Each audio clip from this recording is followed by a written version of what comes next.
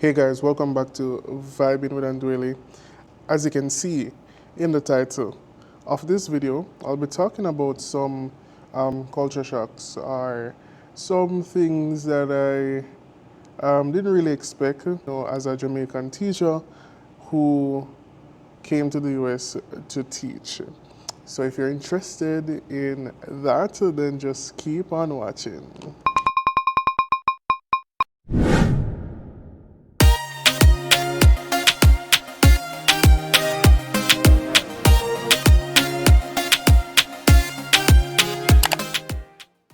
Alright guys, so before I start, go ahead and click that subscribe button, tap that subscribe button.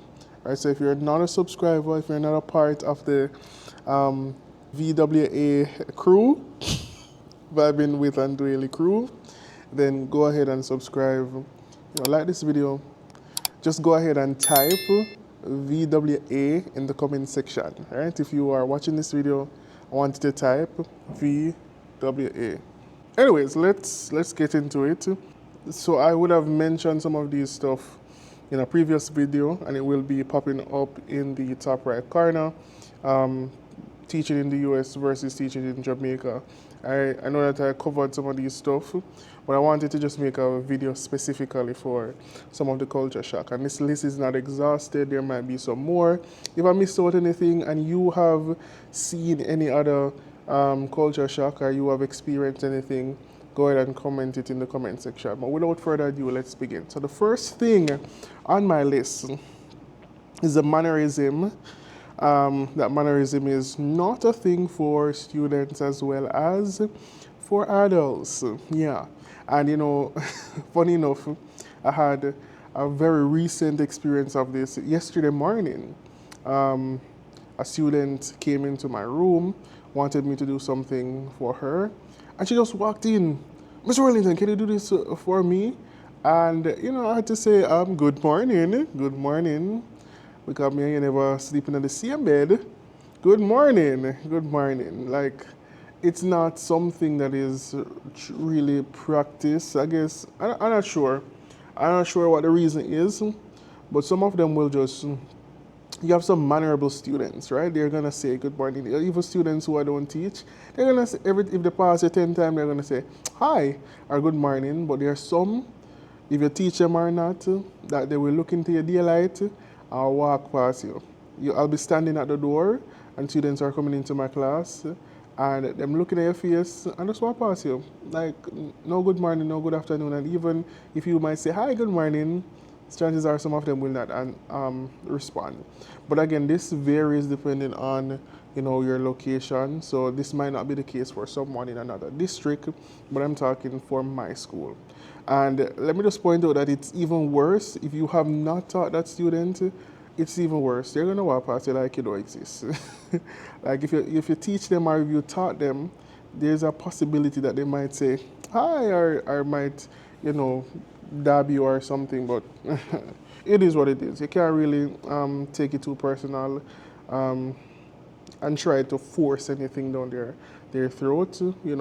I just ensure that I'm mannerable and I tell them. And it's the same thing for the adults. Some of them, some will say, how are you and all of that, but there's some who will just walk past you and don't say anything. It is what it is. Why did I get logged out of my Chromebook? Yeah.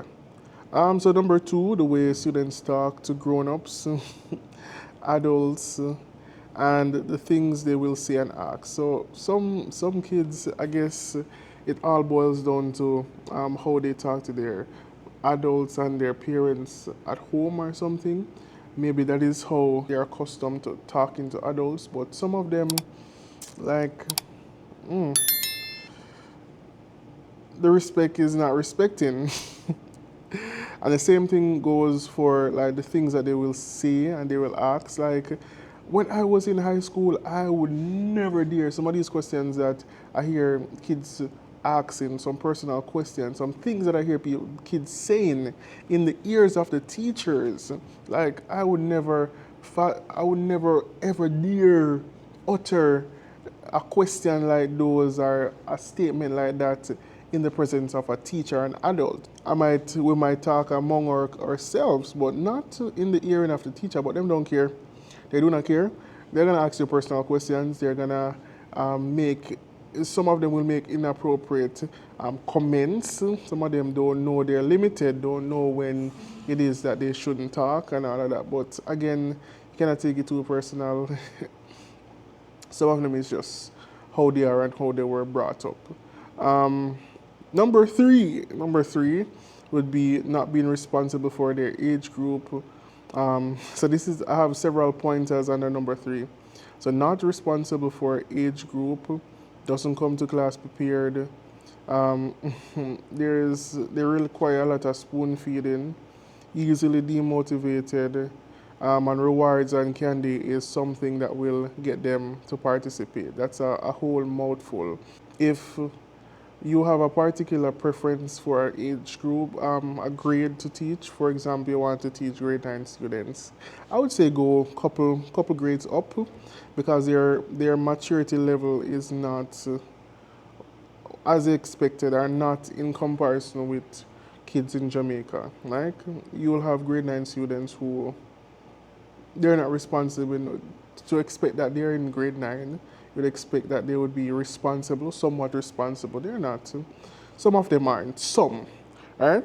So they will come with their iPhone and their iPads and their earpods and all of that, but some of them will not come with a pencil. Some might not come with a book. Some will leave their books and their Chromebooks and their chargers. Some of them will leave their bags. I've had kids left their bags and go almost to the bus and have to come back. Oh, I forgot my bag. That is some. And again, I know this will be different for everyone. So this experience might not be the experience for other teachers in different counties or districts. They're easily demotivated. Teaching maths is not the easiest. It's not for the weak, right? As soon as something seems difficult, um, they're going to give up. That book is going to close. They're going to be staring out of space. Or they're going to go take a nap. On God. With that said, spoon feeding is something that I guess it's the culture, what they are used to from elementary, middle school. But anyways, let's move on. And as I said before, candy is something that really is a motivator. Like these kids get excited for candy, for rewards. So most times, they say, answer this question and you'll get a prize, or you get a candy, you get a snack. Everybody's gonna everybody's gonna attempt because what they want some candy. I have a jar behind me and it's now empty because every day there's some kids are gonna come and ask for candy. Yeah, so that's that's point three, a whole lot. Point three, A, B, C, D. Anyways, moving on to point four, or the fourth culture shock, would be the paperwork and keeping up with different accommodations. So right now I have my Chromebook right in front of me and I have this tab. I'm here making a video and I have a whole lot of accommodations that I need to like fill out some forms, it can be very taxing. That's for the Hispanic. So they have a name, ESLA, English, Spanish. Those Spanish kids, right? Some of them, they're not really fluent in English and so forth, so there are certain accommodations. And I have to sign out on all of those. I have a lot of Hispanic kids, especially this semester. I have to sign out all of those, not complete with that. And there are also other kids with different IEPs, individualized educational plan, behavioral plan, 504. So if they have sickness like sickle cell or hemophiliac, or if they have ADHD and all of those, they're gonna have some kind of accommodation. And I appreciate this. I think that this is something that Jamaica should really employ in the schools because they get that specialized service. They have their resource teacher for the most part that they can go to and get assistance and all of that. And the resource teacher pretty much keeps them on track to ensure that they stay afloat and that they don't fail, seeing that they have certain challenges. Some of them abuse it, but for the most part, I think it's a good idea, but it's a whole lot of work. you have to attend, especially me, like a general ed teacher, like every year, once it is that the student is gonna get reevaluated, chances are I might have to attend one of those meetings. So if I have 20 kids with accommodation for the year, chances are I might have to attend all 20 of those meetings and so forth. So it can be a bit exhausting, paperwork, stuff to sign and all of that, but it's a good initiative nonetheless. Anyways, the next thing I would say, teachers are pretty much like police for kids. Kids are not responsible. So it pretty much boils down to point three, or the third culture shock. Yeah, I know for middle school, like if kids want to go to the I think bathroom or to lunch, the teacher has to accompany them. Teacher have to like have lunch with the kids and so forth. Well, I don't have to do that, thank God. But still, we all the teachers are expected to. We have duties. So like this week, like I'm trying to hurry up this video because I need to go eat my lunch for my breakfast because I have lunch duty. Thank God it's my last week of lunch duty. So you either have lunch duty or bathroom duty throughout the school day. Some teachers are positioned at different places throughout the campus because what? The kids are not responsible. Chances are if you leave them by themselves, they might start fighting. You know, in Jamaica, kids go for lunch, them go on and them play, them run up and down, and with teachers go de-stress, have their own lunch and so forth. That's not the case here. Like we are pretty much like polices for these kids. We have to watch them like hawk because again, if you don't watch them fight, smoke, and all of that, so it's a bit exhausting, but it is what it is. Yeah. The next point would say something that I appreciate is that there are like police on the campus. So my school has like about three different cops that they will roam the halls and so forth. They're equipped with everything. I think they're actual police, right? So if there's any severe situation like fight and so forth, they're there, right? If there's like an intruder or something, we have police presence on the campus that to really assist with those situations, and it make you feel a bit more safe knowing that there are officers around the place. Yeah, yeah. Which number? Where am I now? I am at number 7. No extracurricular activities after school except if you're doing sports. So the emphasis here is mainly on sports, but like in Jamaica after school you would have like your math club, your key club, and this society and so forth. Like the few clubs that I hear them really advertise, they like incorporate it throughout the day. So like in the morning before school starts, they will like meet, or yeah, mainly in the morning. You don't really have after school activities based on my knowledge. Like as soon as the bell rings, kids are heading to their car or they're heading to the bus loop to go on their bus. No itching, no itching, no itching. So that's something that was a bit different. Like, again, if you're not playing sports, then a lot of kids are not really involved. If they're not athletes, then they don't really do anything. They just come to school. Number 8 would be curse words are a bit different from Jamaica. So one of those curse words that are a bit that have emphasis, like these kids will say "f you" and all of that.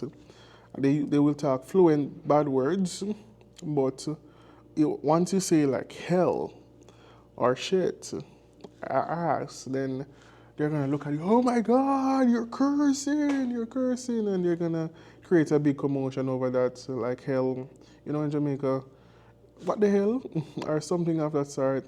Here, hell is deemed as a very severe curse word, in my opinion. So that was a bit different because that was a bit different. Yeah. Anyways, moving on to the next one. Number 9 would be the dressing of teachers and students. it's a bit different. So we know in Jamaica, and I'm sure I mentioned this one in previous video, but yeah, the dressing like what the saying say, just like mad puss. Not the thing here. If you see me, this is me. I've somewhat become accustomed. I haven't worn a tie to school since I've been here. Um, so most time when I wear like a dress shirt and so forth, the kids are gonna ask me where am I going? Like if I have some event going to or something, why am I dressing up so much and all of that? So yeah, funny enough, can I tell you all a secret? I remember one week in the middle of the week, I remember seeing a teacher in a tracksuit. You know them tracksuit. It was a tracksuit. I was shook at because I mean I say, yeah, the middle of the week. But teachers wear pretty much anything, Once it is that it's not blue jeans, because they have a problem with blue jeans. Blue jeans seems to be the only type of jeans. So you can wear black jeans. Once it's not blue, then you pretty much can wear anything. Once it is that you look decent enough. But yeah, and let's not talk about the students. Students wear anything. Some of them just crawl out of bed in their PJs and they just slide into the bus and come to school. Yeah, sometimes barely have on any clothes and so forth, but yeah, it is their culture. We're not used to that. Where most times students wear uniform and so forth, but yeah, it is what it is. You can't really choose your battles to fight. And the final thing that I can say, it's almost May, and you know that the first week of May there would be Teachers' Day. Yeah, but up here we don't. Here we don't have like a specific Teachers' Day. We have specific Teachers' Week, our Teacher Appreciation Week, and I don't think last year, I don't think the kids don't even want to be here. I'm talking. I know like some people from like middle school they would get like little gifts and all of that, and I even see on TikTok now where parents are, advertising their little teacher appreciation gift. They're making their little basket and so forth. But these big kids, they don't even want to come to school, much as to really appreciate. And some of them don't appreciate what the hard work that teachers do. So if you're waiting on a good job or something from some of them, then you're gonna die. You keep on waiting. You're gonna keep on waiting. But I can say that administration really does a good job at treating. I remember last year, for the entire week there was like different stuff every day. So I got some free food, a free dessert, and mainly food. And they'll treat it to some liquor stuff throughout the week, and yeah, it is appreciated. It's appreciated. They didn't have to do anything, but yeah. I think this is the end of the video. Longer than I expected. Those are just 10 culture shocks, 10 things that I didn't expect as a Jamaican teaching in the US. If you found this video to be helpful, then go ahead and just leave a comment, subscribe to the video, turn on your post notification, and leave a like. Yeah, and again, remember as I said at the start of the video, just type VWA. Yeah, vibing with Ndwele, so I know that you are here. And guys, thank you for your continuous support, for those who watch the video, for those who share, for those who are my subscribers. I appreciate you. We're on the road to 300 subscribers, and that is only possible because of y'all. Big up on yourself. Big up on yourself. Anyways, that's it. I'm gonna eat my lunch before my first class starts. So I'm out of this place. Peace out.